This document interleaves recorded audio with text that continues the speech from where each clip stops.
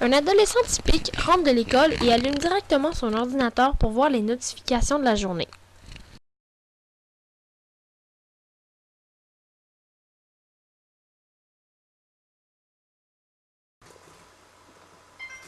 Il restera devant son ordi toute la soirée pour parler à ses amis. Si on a de la chance, il essaiera de faire quelques travaux scolaires avant de retourner récolter ses fraises sur Farmville.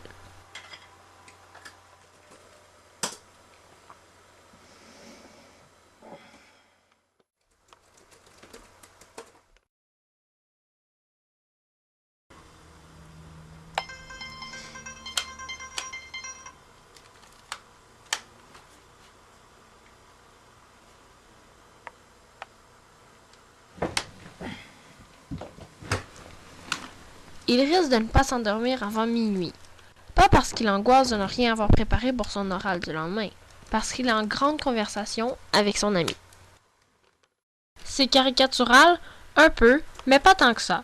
Aujourd'hui, rares sont les adolescents qui passent une journée sans tweeter, texter, poker, poster ou commenter.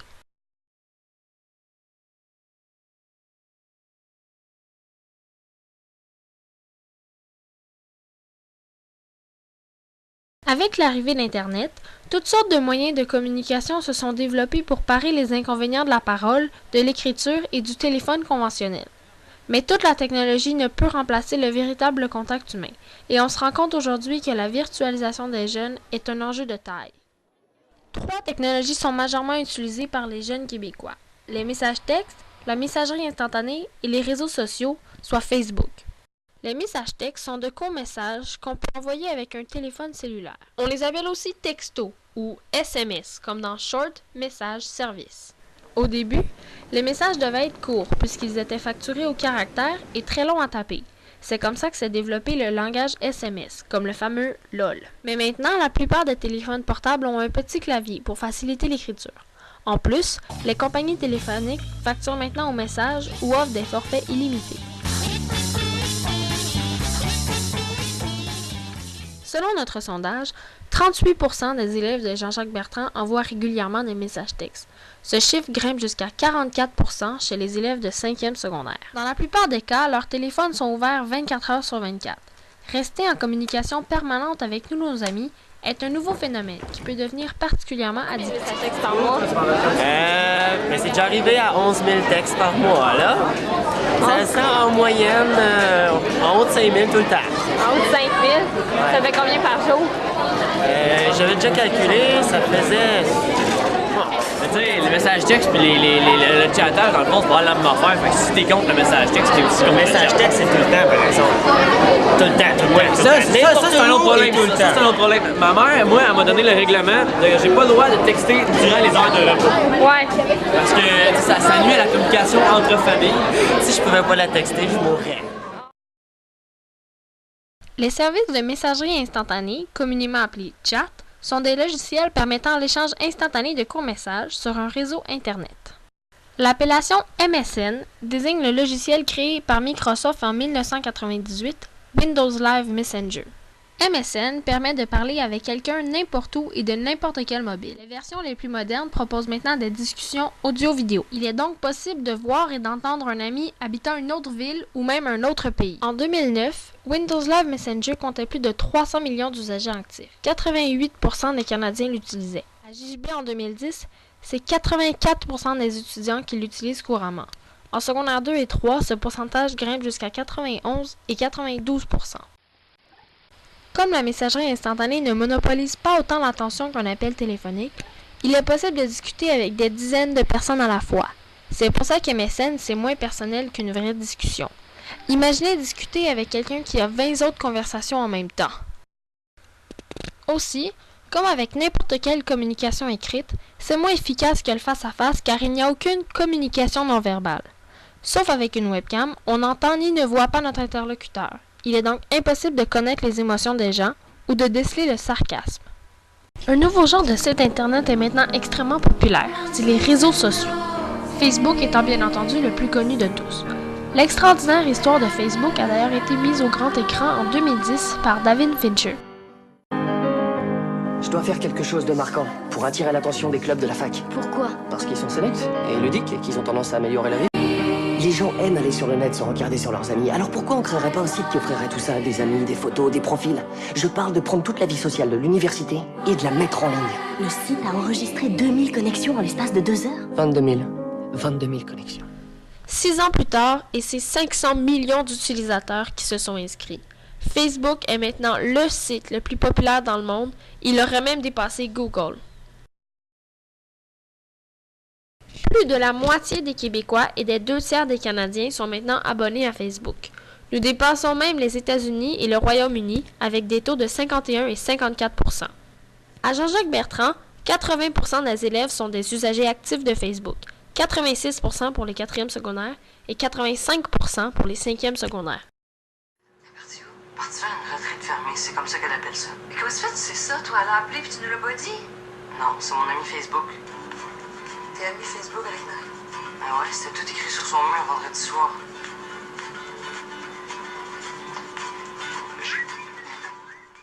Facebook est basé sur le concept d'amis. Ton réseau de contacts est constitué de toutes les personnes à qui tu as envoyé ou de qui tu as reçu une demande d'amitié. Avec son arrivée massive dans la vie des gens, Facebook redéfinit le concept d'amitié. Effectivement, les gens commencent à collectionner des quantités faramineuses d'amis Facebook. Le nombre d'amis est même devenu une norme sociale. Plus tu as d'amis, plus tu es cool. Ouais, mais la vie, c'est la vie. Ça, là, c'est Facebook. Quand t'as pas plus que 50 amis sur Facebook, là, t'es un loser. Je pense que les gens ont Facebook pour augmenter leur cote de popularité. Je peux pas être mon ami parce que j'ai pas assez d'amis. Mais comment je fais pour avoir plein d'amis si tout le monde me refuse parce que j'ai pas assez d'amis? Mais est-ce qu'un ami Facebook, c'est vraiment un ami? Est-ce que tu as beaucoup d'amis Facebook? Ouais. 641 amis Facebook, je crois. Ouais, j'en ai 480 quelques. OK. Est-ce que c'est tous tes vrais amis? Non, pas toutes. Mais c'est tout du monde que je connais, mais c'est pas tous des amis qui sont proches de moi. Là. Puis ça veut dire quoi, un ami Facebook? Ben, un ami Facebook, c'est juste quelqu'un qui a Facebook que tu ajoutes dans tes amis. Je pense que c'est inutile. D'autres, tu sais, c'est soit que tu les connais, ou d'autres, il y en a, c'est des amis, là, comme proches d'école, de gang. Mais d'abord, si t'as pas 640 vrais amis, pourquoi c'est tes amis Facebook? Parce que je les connais, puis je sais vraiment pas. Ben, j'en ai environ 400, 500. T'as-tu 400 vrais amis dans la vraie vie? Non. Mais pourquoi c'est tes amis Facebook d'abord? Ben, moi, n'importe qui me demande d'être son ami, je regarde c'est qui, puis j'accepte pas mal tout le monde. Toutes les personnes que j'ai sur Facebook, je leur parle pas nécessairement, c'est juste... Mais mes vrais amis, c'est sûr que je les ai sur MSN? MSN, mais les autres que je connais pas sont tous sur... C'est la grande différence entre Facebook et la messagerie instantanée, par exemple, ou le téléphone cellulaire. Les personnes avec qui on communique ne sont plus vraiment des gens très proches de nous. De popularité, tu as des amis dont la moitié que tu connais vraiment, que tu as déjà vu, puis il y a l'autre moitié que c'est le cousin d'un ami, d'un père. Et le concept d'amitié devient très fragile. Qui ça, Willy? C'est son ami Facebook. Un de mes ex-amis Facebook. Je m'en vais le barrer tout de suite. Par de nombreuses manières, les nouvelles technologies, mais surtout la dépendance à ces technologies, ont changé notre façon de communiquer avec nos proches, ce qu'on appelle les aptitudes sociales. Certains jeunes avouent passer trop de temps sur ces sites qu'ils jugent inutiles, mais ils continuent à les fréquenter massivement. C'est la cyberdépendance. Tu es accro à Internet. Vous passez combien de temps à peu près par jour sur Facebook, mettons? 4 heures. 4 heures? Ouais. Combien d'heures, mettons? Je pense que ça se compte même pas. Les enfants de 12 à 16 ans de JJB passent en moyenne 9 heures sur Facebook et 9,6 heures sur MSN par semaine. Et il y a plus de 20% des étudiants qui y passent plus de 12 heures par semaine. Comme le dit la psychologue Marianne Sergerie, ce n'est pas un problème en soi de vouloir communiquer avec les autres. C'est lorsque ça prend toute la place et que c'est la seule façon de communiquer que ça devient problématique. J'utilise pas vraiment Facebook, ça me tente pas d'être hypnotisée, comme Océane a dit. Madame Sergerie est la psychologue qui a créé en 2008 le site cyberdépendance.ca. La cyberdépendance aux communications électroniques peut provoquer entre autres la diminution de l'intérêt aux activités hors ligne et des altérations du niveau du fonctionnement, comme des difficultés relationnelles. Ça veut dire que les jeunes devenus accros ne perçoivent plus le monde réel autour d'eux.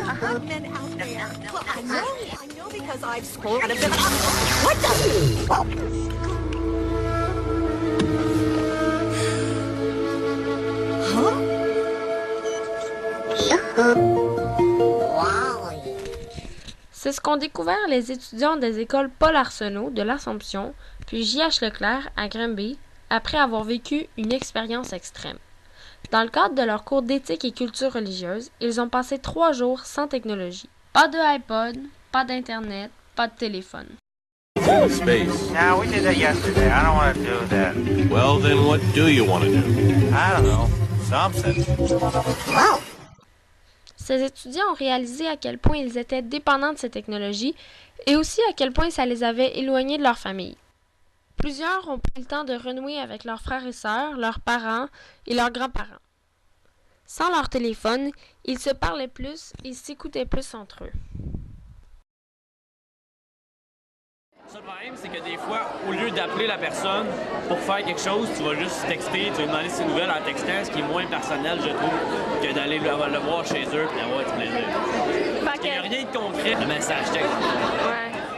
Sans constante communication avec tout le monde, ces ados ont aussi constaté qu'ils faisaient mieux leurs devoirs, mais surtout qu'ils dormaient plus. Tu textes jusqu'à quelle heure le soir? Souvent 10-11 heures. Ben, tu te couches à quelle heure? 9-10 heures. Selon la sociologue Madeleine Pastinelli, on est en train de découvrir un nouveau jeu social et on apprend tous ensemble les façons de faire qui conviennent. Quand les automobiles sont apparus, les gens n'attachaient pas leur ceinture. Il n'y avait aucune limite de vitesse et des gens conduisaient après avoir bu alors qu'ils étaient trop sous pour marcher. Heureusement, ce n'est plus comme ça aujourd'hui. Elle appelle ça l'appropriation collective des technologies. Espérons que ces technologies qui nous causent tant d'ennuis deviendront un jour des outils de plus pour développer des relations humaines harmonieuses.